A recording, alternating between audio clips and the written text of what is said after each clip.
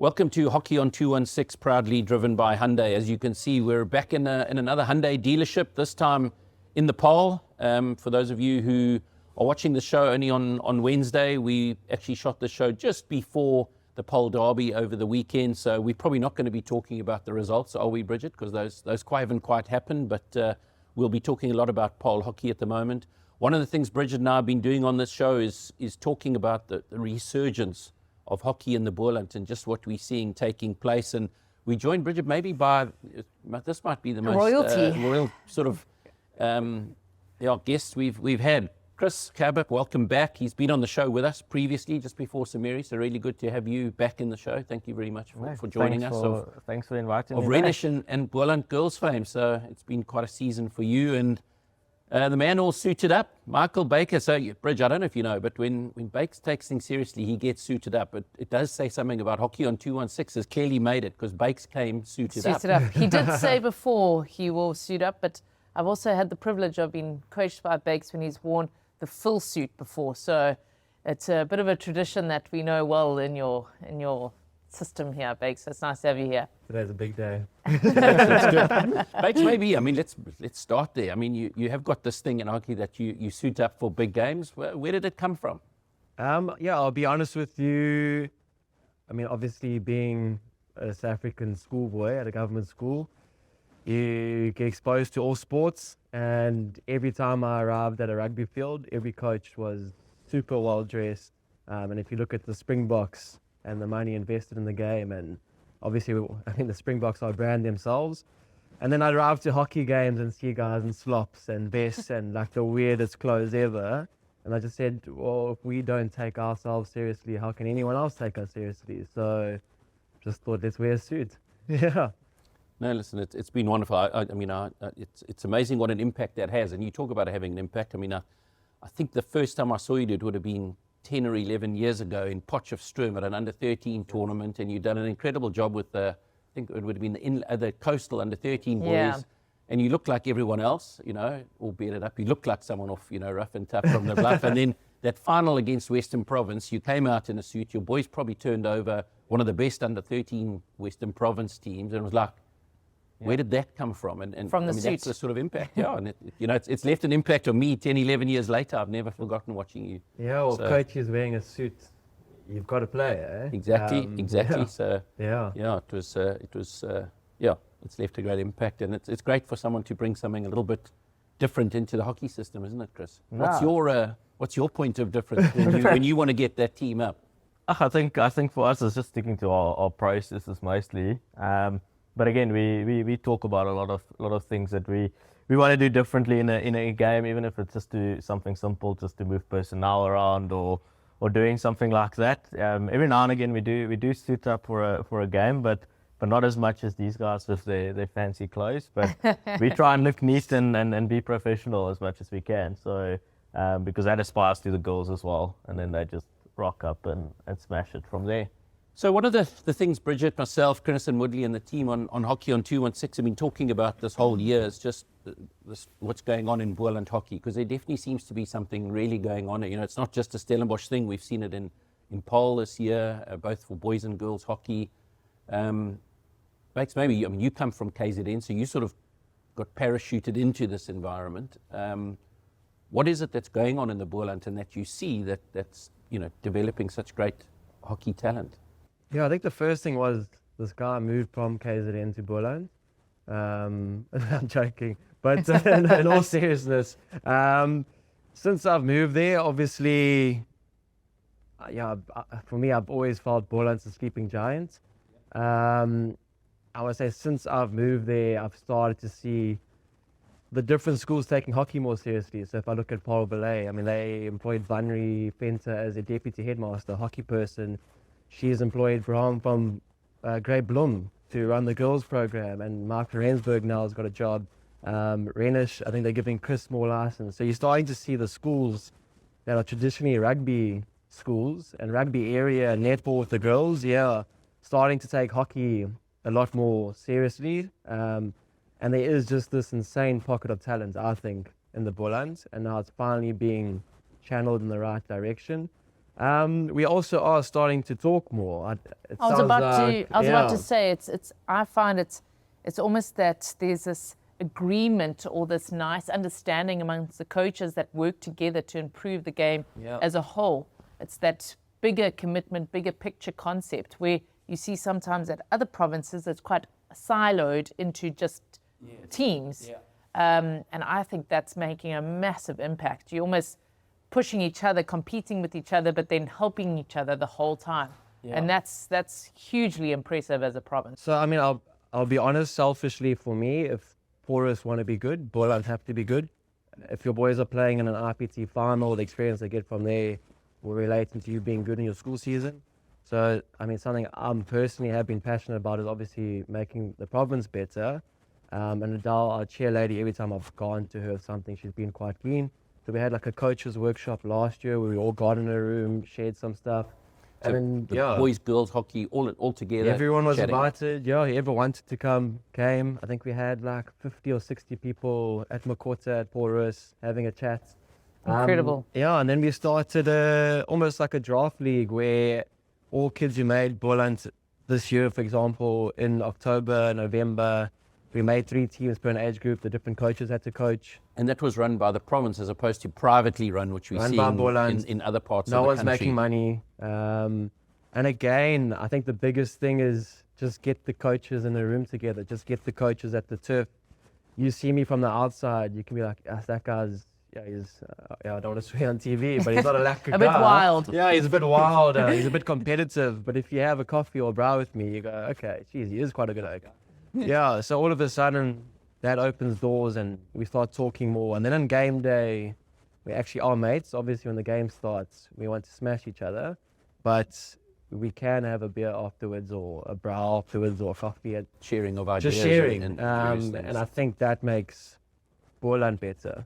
Chris, I mean, you obviously at that session. What did you take out of it from a girls' game? And obviously working with coaches that are coaching in the boys' game, what sort of came out of it for you? I think for me, the biggest thing was when we had those discussions. I think the biggest thing is that we all kind of wanted the same things, but now we can channel it in a better direction. And to say that if, as Bake said, if Boland's strong, our players get better when they come back to school. I think that was the biggest thing that I took from that session, where we can go back and say, all right, but this is actually what we want to do, and this is some ideas of how we can maybe look at players and selecting teams and stuff like that. So.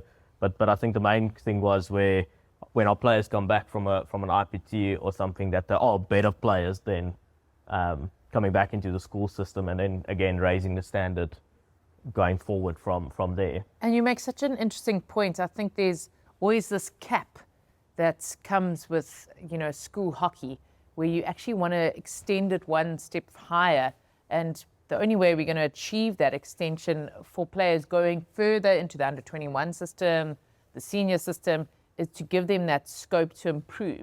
I've seen it so often now. You've got players coming through the system and they almost tap off. That's it. They don't get the chance to step up, because they get given so much exposure at school level, but then it doesn't happen further.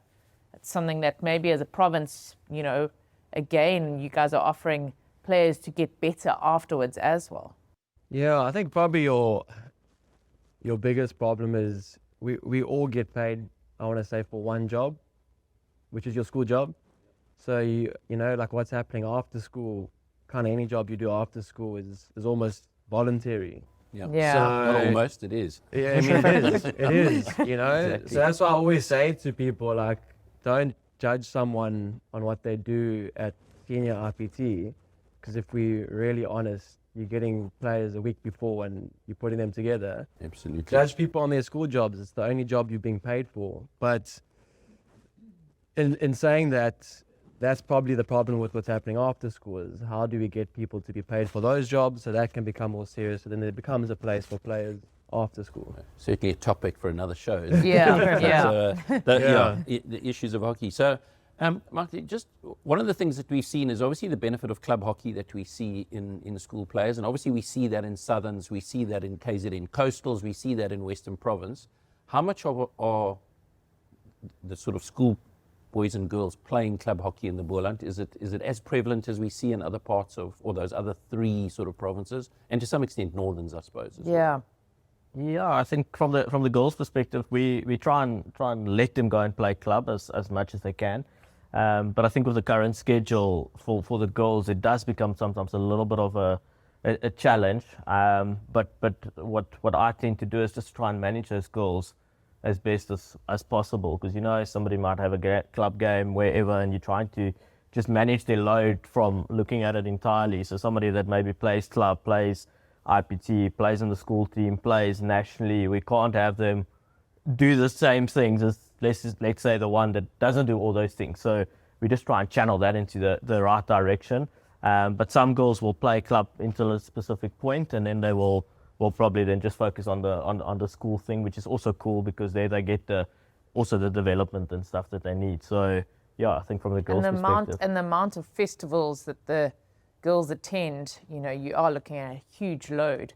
You guys are preparing for top 12 now. That's probably your 6th or 7th festival just this year alone, which is the girls huge. are not shy of festivals, are they? Not I mean, the boys at have got a all. few, but the girls have got a lot. Yeah, but I think on that, I think it's also vital to manage the load of your players into that. I mean, I think in the season, I've used about 22 players So you just run during a the squad. seasons, and giving players opportunities every now and again, and that helps also with the load and stuff like that. So we're trying to really manage it and just think out the box. How can we keep our players fresh and ready for up and coming festivals? Bex, your thoughts on club hockey and what it does for kids in terms of playing and preparing them for the game later in life? Yeah, it's, I've got kind of mixed feelings with it, just because, I mean, as we're saying, the senior level I do think is starting to go that side of the scale. So if you asked me 4 years ago, I'd say 100%, because you did then have a boy playing with.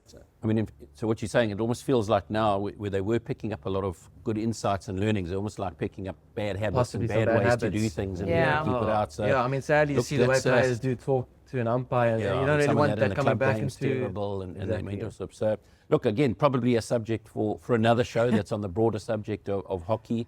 We'll be back after the break talking more about what's going on in Boerland hockey with our wonderful esteemed panel here. Really great to have them both in studio with us, and we'll be back after the break.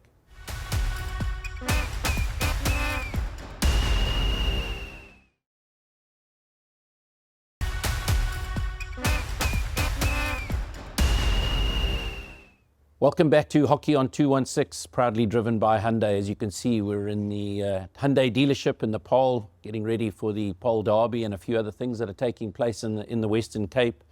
We are hosted here by Johan van Skalkwyk, the dealer principal. He has said to me that any of you in the Boerland, if you come down into Hyundai in the Pole and tell him that SuperSport School sent you a Hockey on 216, he will be happy to give you up to 100,000 Rand in dealer assistance on selected vehicles. So this is your opportunity if you're incredible. in the market. Tell them Hockey on 216 sent you, and one of these wonderful Hyundais, this beautiful Santa Fe sitting behind us, could be yours. I think Bakes and Chris are probably going to jump at that shortly and drive off back to Stellenbosch in the new Hyundai. Absolutely. So, guys, it's really wonderful having you with us and just chatting about hockey in the Boerland, and it's been really interesting to hear your views on it. But perhaps a bit of time to go into your each of your own seasons. Chris, we had you on pretty early, just before the St Mary's Festival. You were certainly my favourite, or our favourite, to then win that tournament. It didn't quite go your way, but your girls have certainly come into their own in the seed, and they've played some magnificent hockey. Yes, yeah, definitely. I think our season has gone really, really well.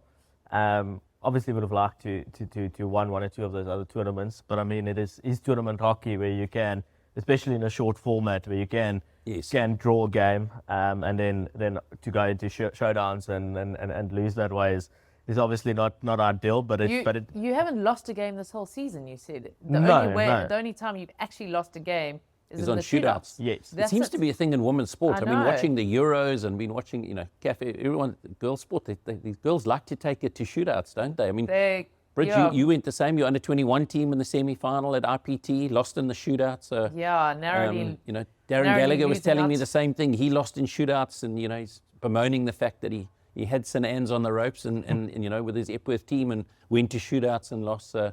It's a thing in girls hockey.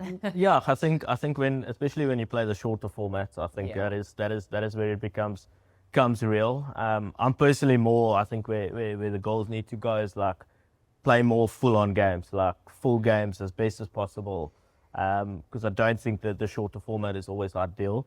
But again, coming back to our season is where the girls have really stepped up in the season. Is we've grown as we just started playing better and better and better. And I think that's really what I want. We've added a lot of more elements, and we've kind of evolved as the season go on. We try and move the ball a lot faster, quicker, getting into better areas and scoring good goals. That is a big theme for us. It obviously helps when you have a bit of a goal scoring machine. In Leah Dubse, I mean, she's been just fantastic, hasn't she? As a standout player around the country this year. I mean, I think we've even heard rumours that the national women are taking a proper look at her. Sure. You know, she's a serious talent, isn't No, she? I think. I mean, she's just gone to another level. And I mean, at IPT, I've never seen her play the way she did. I think she controlled that whole midfield. Yeah, she was. And she just like controlled everything, bossed everything around there. So it's wonderful to have a player like that, and she's a great leader as well, leading from the front and getting the girls in good spaces and keeping them humble at the same time. It's The almost South like Africans- she's watching international hockey, the way she's running the midfield and the style that you play is very internationally, you know, the design and kind of the trend that's happening globally, which is exciting because she can get picked up by any team then. And Yes, fit Listen, in yeah, quite it's simply. Yeah, I been think- wonderful to watch. Yeah. I think that was the thing. We kind of look a lot at the Dutch as well, trying to emulate what they do in kind of a theme where we saying see the pass, give the pass, and when you have space, then have a bit of a go and see where you can end up with. And I think the girls have thrived onto that, and that's been quite great to see. Excellent. And I mean, obviously, you know, going into that, you are losing 4 or 5 players going into next year, but the bulk of your squad are back again next year. So really expecting some big things out of Stellenbosch and Renish again next year. Yes, no, definitely. I think we're losing some good players, but obviously I think our structures are like that we have players coming through, and when they get into the environment that they are not uncomfortable in what they're trying to do, that they are used to the tempo and stuff. So we're trying to create opportunities within Renish where we can give them opportunities and exposure, and that they, when they get to that step up, that they are comfortable at the level and that they can just thrive from there. So we're really excited for the year coming up as well with the girls that we I have. suppose, Bakes, I mean, you know, you've had a very good season at Polrus. You've also got a very young squad, though, and people don't perhaps understand just what a young team you have at the moment. Yeah, I mean, we've given out 23 caps this year, or 5 or more caps for 23 boys, and of the 23, only 4 are matrix. So Incredible. Only 4. So So 19 of that potentially squad. 19 In fact, guys. that's more than a match day squad are yeah, back. so potentially 19 guys with 5 more caps. So you know, second team players next year, and then we do have really good grade 8s. 1 or 2 of them could sneak in next year. Young Gous, I saw it. Young We watched Gous. him in the under 14 Yeah. final. His brother will be leaving, so they won't get to play No, together. his brother's brother's like back. 11. So we could see the Gouses See close out there brothers have the together. game, yeah. The younger one being the taller of the 2, I think, at the moment Exactly. as well. Yeah, so we saw him at the under 14 we watched him in the under tournament, 14 yes. final against Western Province. Yes. Yeah, so we watched him quite Yeah, closely in that game. very. It's first the only time I've seen him in the flesh. So, I mean, that's really encouraging for your program, isn't it? Yeah, I'll be honest. At the start of the year, we thought it was going to be really tough. We just no matrix in your back 4. I mean, I've never had that before as a coach.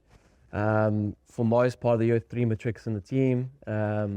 We really thought we were going to struggle, and we've just somehow found a way. But there's been a lot of maturity among some of those back. I think it's young Lakay that I watch quite closely. Logan and he's Lakay at the just back. got an incredible sort of aura about him. In fact, there's been some young, you know, Hilton's got a 16-year-old at the back. St. Stithians have got a 16-year-old at the back. You guys, it's really good to see these real young players that are able to play in that sort of defensive positions with so much maturity at such a young age. Yeah, I mean, like I said, for me, it's unheard of. Normally, your 2 centre backs, 2 matrix, maybe 1 Absolutely. 11, loads of experience.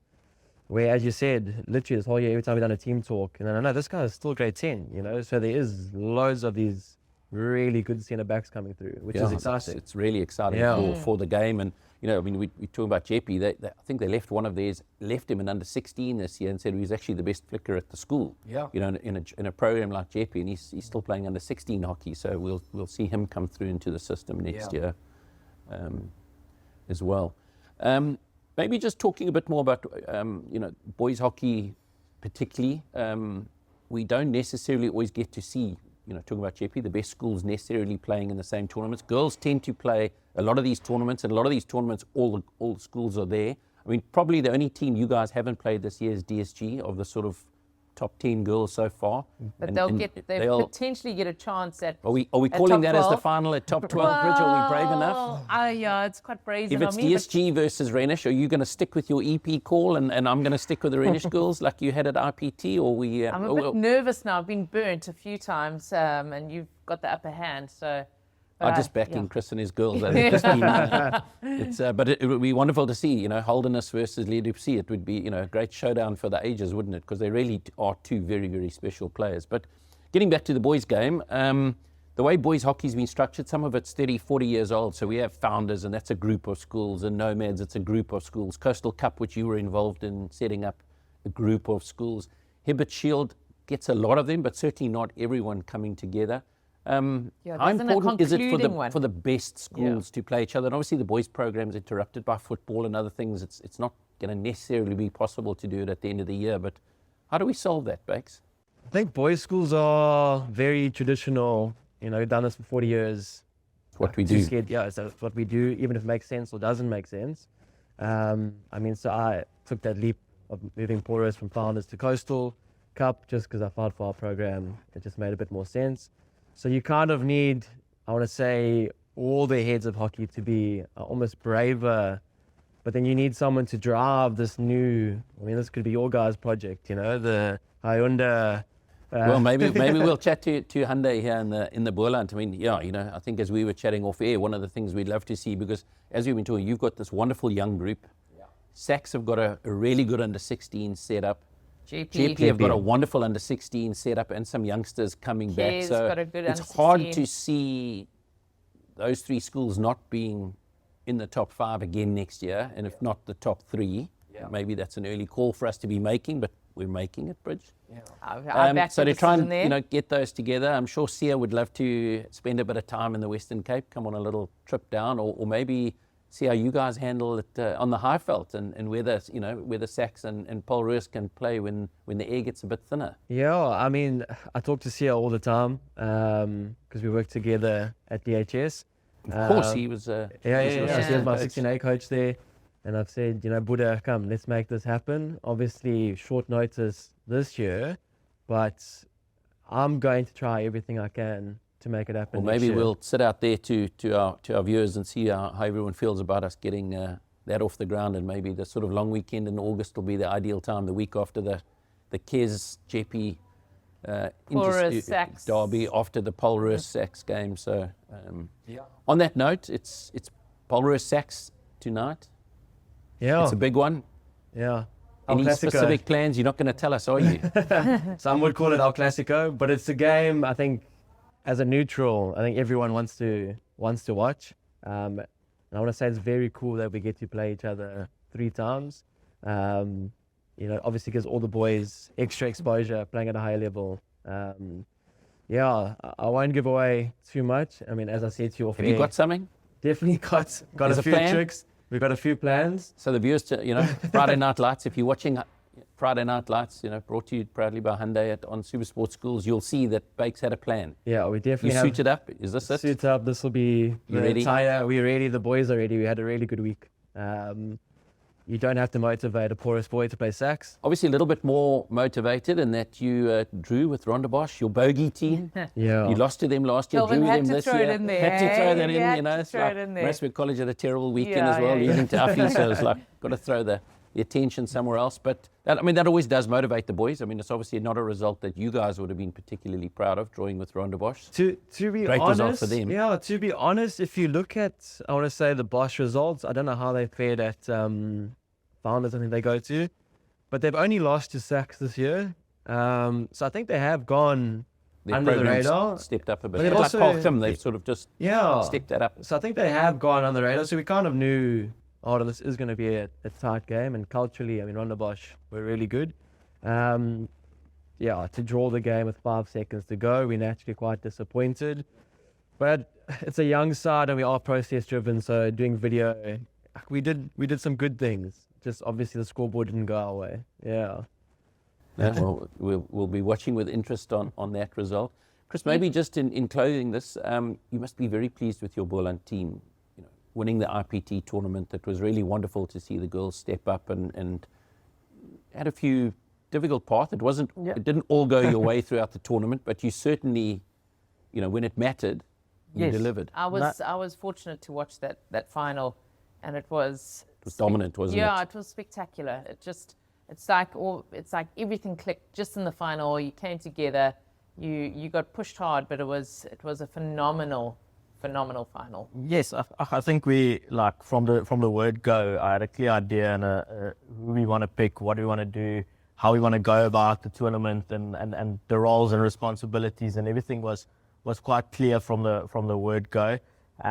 We had a tough pool going through, but we knew when it mattered we could do it. So, for instance, we kept our 2 corners mostly for the final when we can put it up. And they worked. And then they came off, which is always brilliant. But I thought it was a.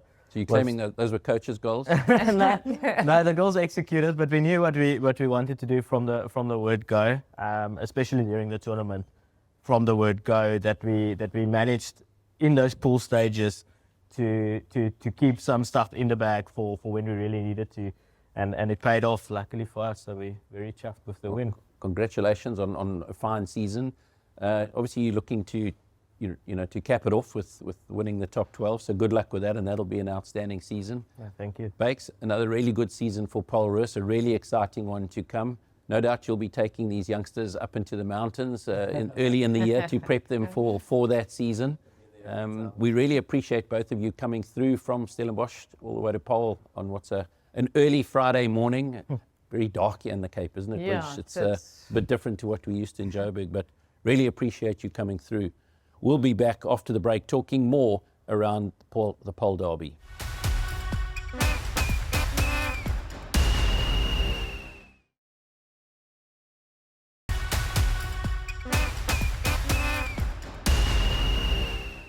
Welcome back to Hockey on 216, proudly driven by Hyundai. As we said earlier in the show, we're very pleased to be joined by Team Thim for the weekend clash that's about to start. Danelle van Zyl, welcome to you. Really good to have you, the director of hockey and the coach of the girls team as well for this evening. Josh Schrobler, coach of what's been a very successful boys hockey program at Paul Kim. Welcome to the show. It's really good to have you join us here on a very early Friday morning, just before the Pole Derby kicks off. So maybe we'll just start with you, just a bit broadly around the hockey program. You obviously run the program, but you've also taken over the coaching now. It's a complicated program. You've got a boys and girls that you've got to mix in together, and a lot of schools get away with just worrying about one program. You've got to worry about 2. Yes, no, I must say the Paul Gym hockey program is very strong. We started off with not that much teams when I started at Gym, but the sport is growing. We've got 13 girls hockey teams and 10, 11, sometimes 11 boys hockey teams. And just the culture of the hockey program, very strong. All the kids, we just want to develop players. That's our main thing.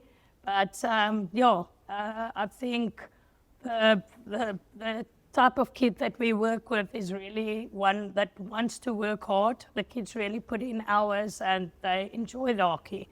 And for us, that's the most important thing. I think you underestimate when you said grow the sport, because I mean it's grown so much. Yeah, it's probably one of the top programs in the country at the moment, which is just incredible if you're looking across the girls and the boys space, and it's stamped its authority heavily. Yeah, So been not good to grow, see. it's already there.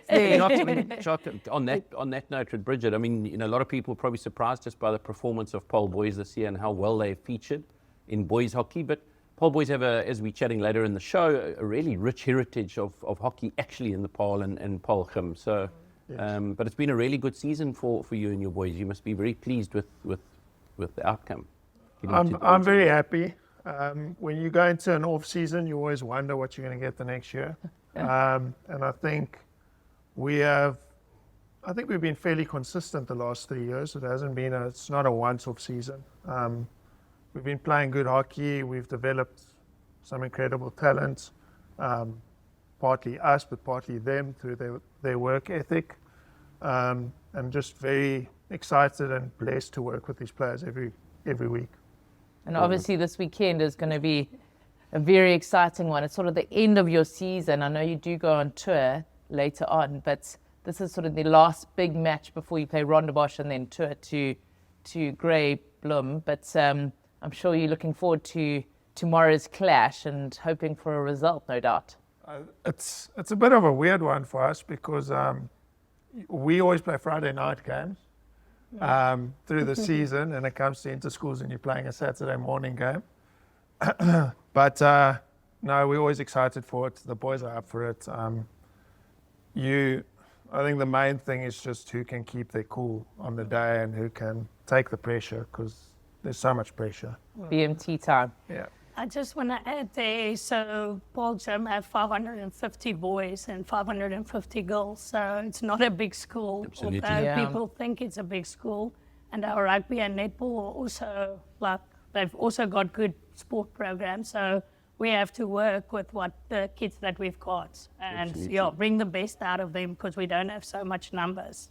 Absolutely. Well, it's been a fantastic season for both teams that have really done so well. And you know what's really impressed us, I think, we always said from a sort of people who've been around the hockey, is you also host these magnificent events. You know, this under 16 top 12 still coming later in August, but this year you introduced the all ages tournament as well, which was a wonderful success here in Nepal. You really like to host people down here, don't you? Yeah.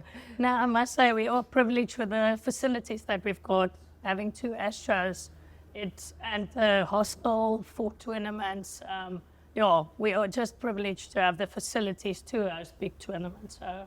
Absolutely, and you do it particularly. I think I've said on the show a few times, in my time as a hockey parent, the tent at the under 16 tournament is definitely the best food experience and the extras that I experienced certainly in my time. And you know, when the sun goes down on that Astro and on the Pole Mountains, it certainly is a very special place to be. So you continue to do it so well. Tell me a little bit about your pre-season and various things. Because one thing that's always interested me is the impact that athletics has on sports, not only rugby and netball, but particularly in hockey. And you have a very strong athletics program. How much of an influence is that?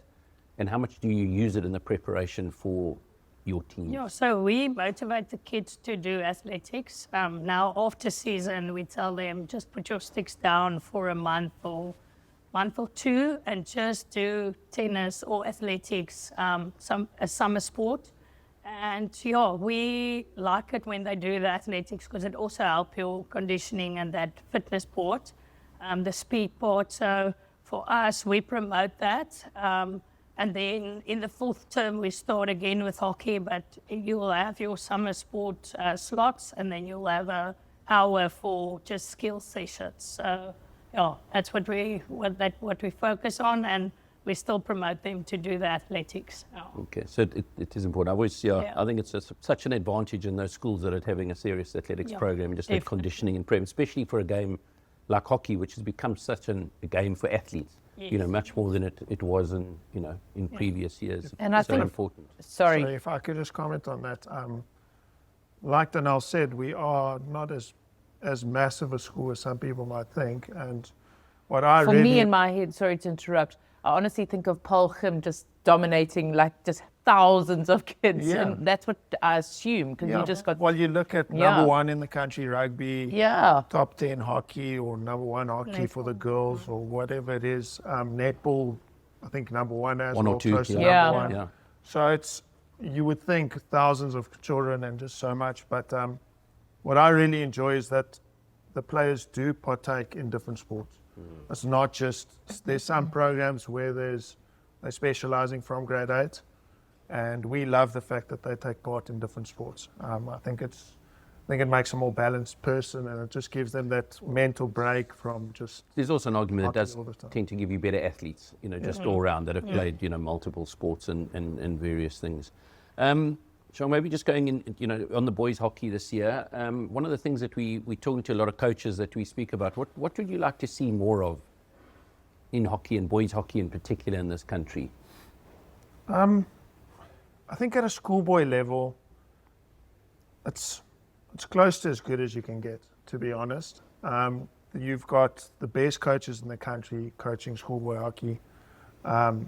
You've got programs that are semi-professional, if you had to call it that, with trainers and conditioners, and they get sports psychologists coming in, and they've got so many elements to it. And most of the top 30 schools in the country are doing this. So there's so many things that we are doing correct. Maybe sometimes putting a little bit less emphasis on the winning and the process, maybe a little bit more. It's become highly competitive, and obviously your job's half on the line sometimes. So it's you can't go have a terrible season, but I think you're working with children, so it's about just developing the person the whole time and giving them options. And what would you like to see less of in the boys hockey game? The umpires. No, I actually don't have a problem with umpires, not at all. Good. Really, I do obviously say stuff to umpires at times, but I try my best to not ever talk to the umpire. We don't really talk about umpiring decisions after a game. I think maybe less of with the boys' game is actually the chirping of umpires. Yeah. Because it's become almost like a cultural thing that we We've certainly always seen it. blame or shout at the umpire. I know, so I was at the IPT, men's IPT on Wednesday night, and actually commented to some of the people watching with me that there were a few players there playing in other parts of the world that would have been off the Astro for the way that they were talking to the umpires. From a girl's side, what would you like to be seeing more of? I just think it's quite. It's a difficult question because you always. We didn't bring you up for easy questions enough. We always want to improve. I think the conditioning and fitness part is coming in, but I think with girls they're a bit more emotional. So I think more mental sessions and working with their heads. I think the reason I'm coaching. Some of the girls don't even play hockey after school. We want them to because we created that love for hockey. But just to learn the life lessons and take it to the life outside school. So we as coaches don't just coach hockey. It's going about life lessons, and sometimes you Life learn experiences. more. Yes, life experiences, and sometimes you learn more when you lose than what you learn when you win a game. So. For me, it's just taking that out there. And you're talking about girls not playing after school. A lot of it is really just about limited opportunities, with the sort of university offering really coming down to, I was going to say a handful, less than a handful of universities really running a proper program these days. I mean, really, if you're serious about it, you're not going in the girls' game to Tux, to Poch, or to Marty's. Yeah. It really isn't a serious, and I know that, without disparaging any of the other universities, those are pretty much only 3 serious programs, but trying, but UJ trying, but they're not really giving you those types of programs that we'd like to be seeing to be able to, take all this incredible talent. Because the one thing that I'm seeing around the country is we are developing the most extraordinary talent at the moment, much deeper than just those under 18 A and B sides. There's kids who don't make it into those teams that can seriously play this game, and they just seem to get lost afterwards. Yeah, That's true. So, I mean, I look at it at a provincial level, and I help convene trials, and there's boys that are not making it there that I would love to have in my first team. They're good hockey players, Yeah. and they're not even making a provincial side. So there's so much talent, there's so much depth in talent, but it's just, like you say, only a handful of places you can go after school where you're really going to nurture it. And that's probably the biggest downfall for South African hockey at the moment is I think at schoolboy level, we can beat anyone in the country. If we had to play Australia under 18, anyone, we would probably be Competitive. competing. Yeah. gets to under 21 and they're running more professional programs and the gap already starts growing. So, And I guess a lot of that is just those tournament structures. I mean, you talk about under 21 hockey, you've got one tournament for a week a year. Whereas, I mean, I don't know, your trip to Bloemfontein must be your 5th or 6th festival over and above a full program of derbies that go in between. I mean, how many matches will you play this year by the end? Do you have an I idea? don't have an exact number. I know around 35 about, to I think 40? it's between 32 and 35, maybe 40. And the girls The are- girls will play more. It Yes. feels like every time we're on Hockey on 216, we're talking about another girls' tournament. And we No. just do them so well, don't we? I mean, I think it's certainly one of the highlights of hockey for me around the country is just incredible events that these kids get to attend. So, look, it's a big weekend of hockey for you. It's coming towards the end of the season. I know your whole season doesn't come down to the Pole Derby, but it's quite important, isn't it? Yeah, no, it is. Well, good luck with that, and obviously with the under 16 tournament that you're about to host. It's always I think it's a 10-pole event on the hockey calendar, and for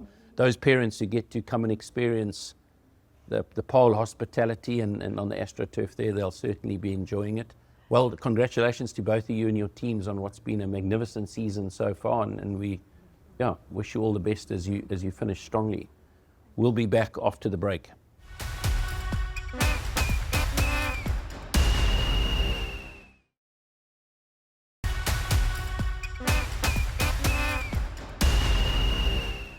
Welcome back to Hockey on 216, proudly driven by Hyundai. As we said, we're in the beautiful Boerland this morning, joined by Elmar Liebenberg. You'll see nicely dressed in a pole boy outfit. Everyone's really dressed up this I bridge. know. We're going to have to get some blazers, I think. It's quite formal here in the Boerland. Elmar, welcome. It's really good having you. It's a big weekend of hockey in the Boerland. Pole Derby this weekend. It's pretty big. Everything is big in pole this weekend. So if you think you've seen it all when it comes to schoolboys and schoolgirls, I think if you stay and enjoy it, you'll be pretty much surprised as the hype picks up, especially from today onwards, up until through Saturday, basically. Well, yeah, absolutely. I mean, Bridget and I here, it's the first time either of us have been to the Pole Derby, so we're really excited about it, both for the hockey, the rugby, the netball tomorrow. Right. Obviously, all of that is on SuperSport Schools, the hockey tonight.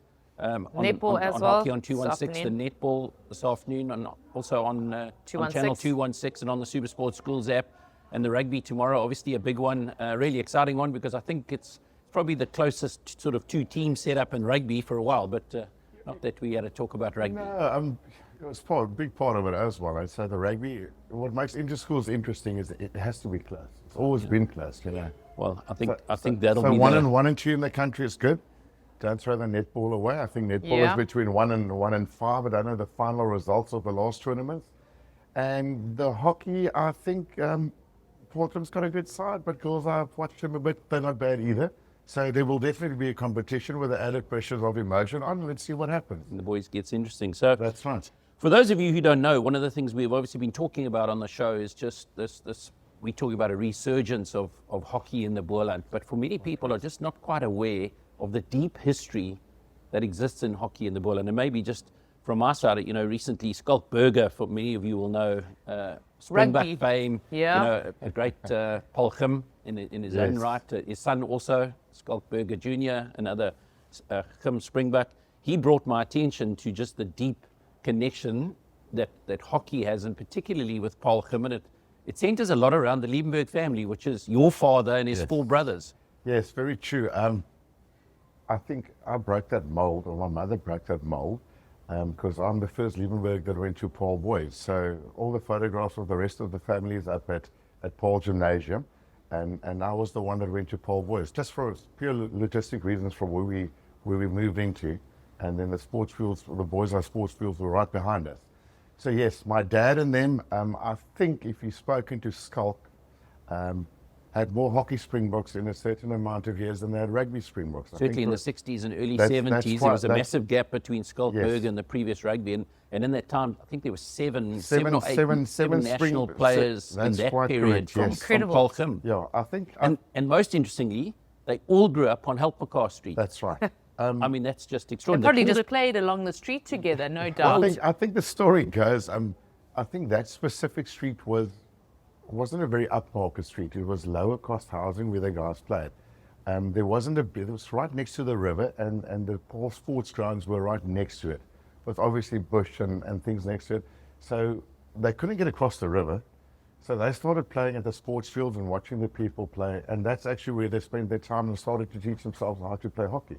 I think the story goes that they looked at the sticks and they didn't have money to buy sticks, so they went to the bush and they used to cut a branch that resembles a hockey stick, and that's where they started until they actually started playing. Yeah, What is that, 1951? The I think they 1950s, started, absolutely. yes? They started in those early 50s, and reading into that history, what was quite incredible is just this, how not only did they all go to Polchum, did they all, most of them grow up on the same street, the 5 Liebenberg brothers, you know, a few Hannekoms, Van Black on names that come out of this generation.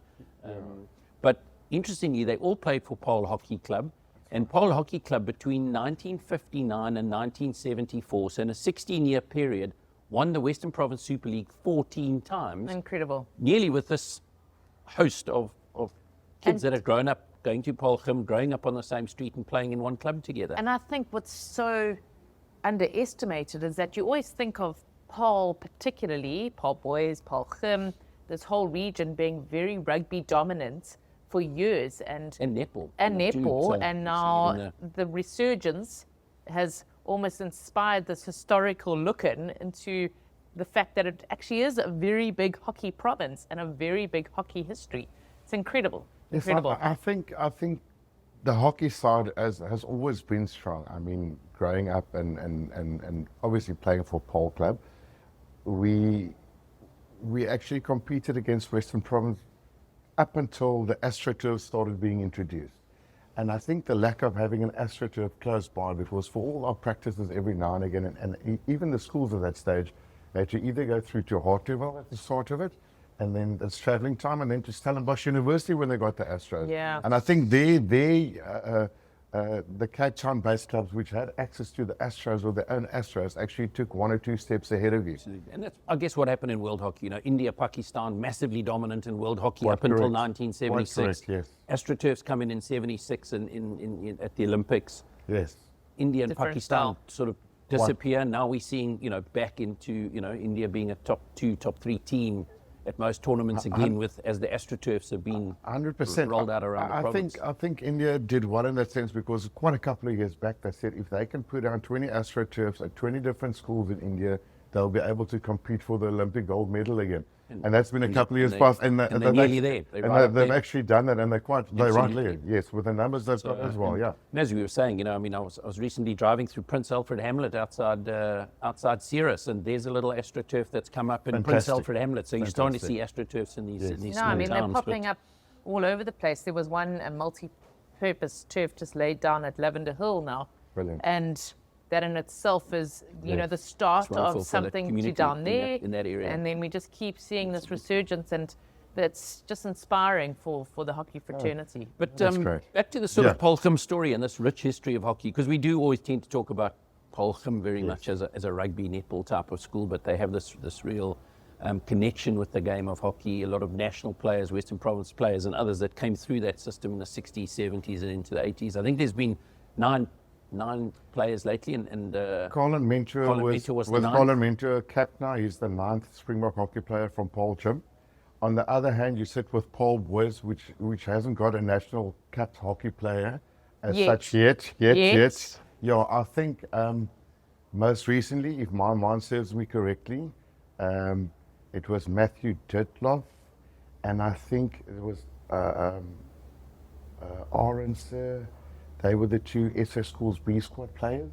Before that, it was me. I was SS Schools player. I played for 3 years, 89, 1991, captain in 1991, but no representative to the national men's hockey side.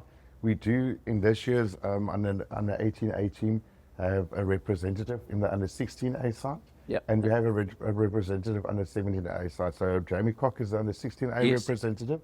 And then we have Martin de Bruin, which is the under 17. He's actually just found out that he's going on the Malaysia tour that they're going to play Brilliant. the cup in. So he's very excited about that. fantastic. So just wonderful for hockey in the world. Yes. And now, Elmar, you, as you said, most of your sort of your uncles, your father, or Polchum, your cousin, That's Benny, right, obviously yeah. played for South Africa, also went to Polchum. You ended up at Pol Boys.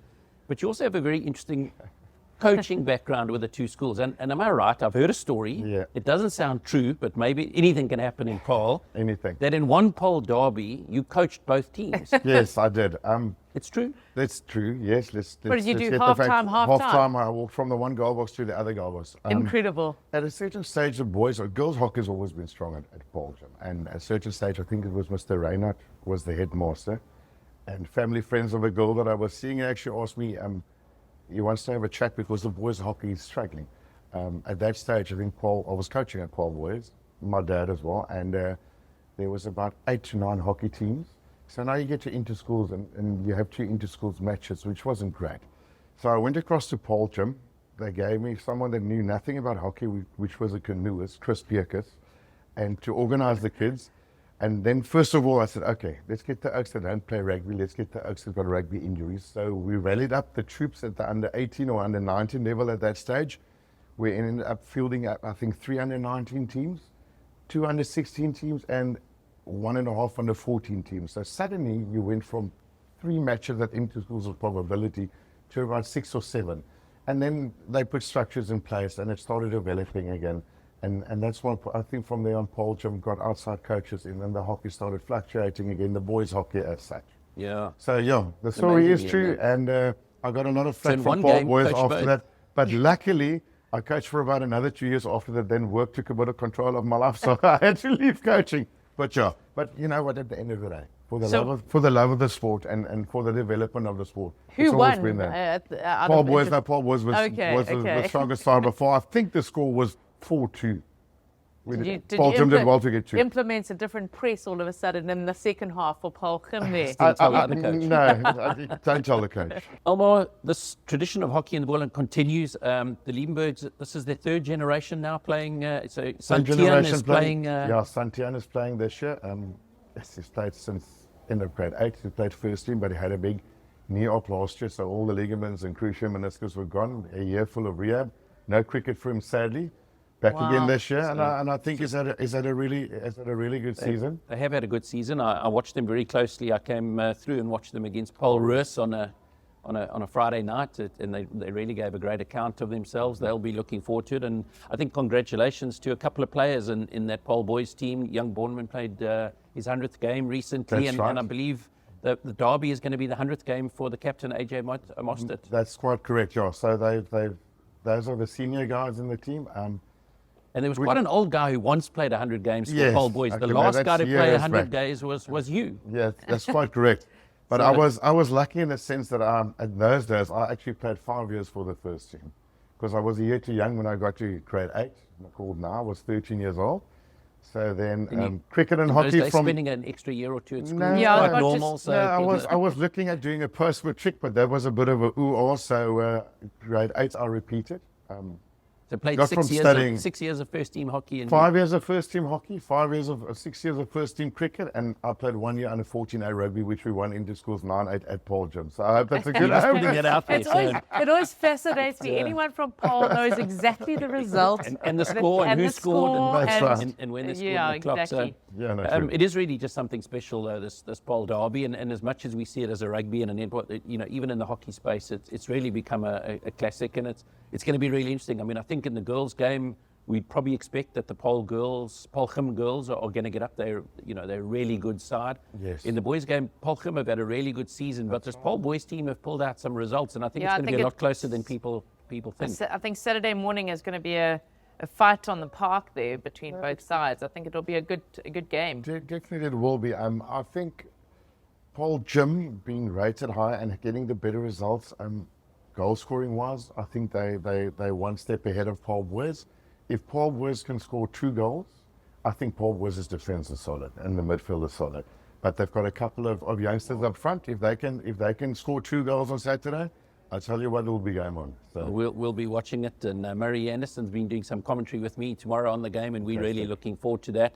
We'll be back next week looking at a bit of what's going on in the top 12 girls and under 16 and under 18 in Bloemfontein, which is another exciting week of hockey coming in the Absolutely. following week, Bridget, isn't it? Yeah, I think it's going to be, hockey doesn't stop until the end of August, so it's going to be a lot of action coming up, but a lot of action this weekend, and good luck.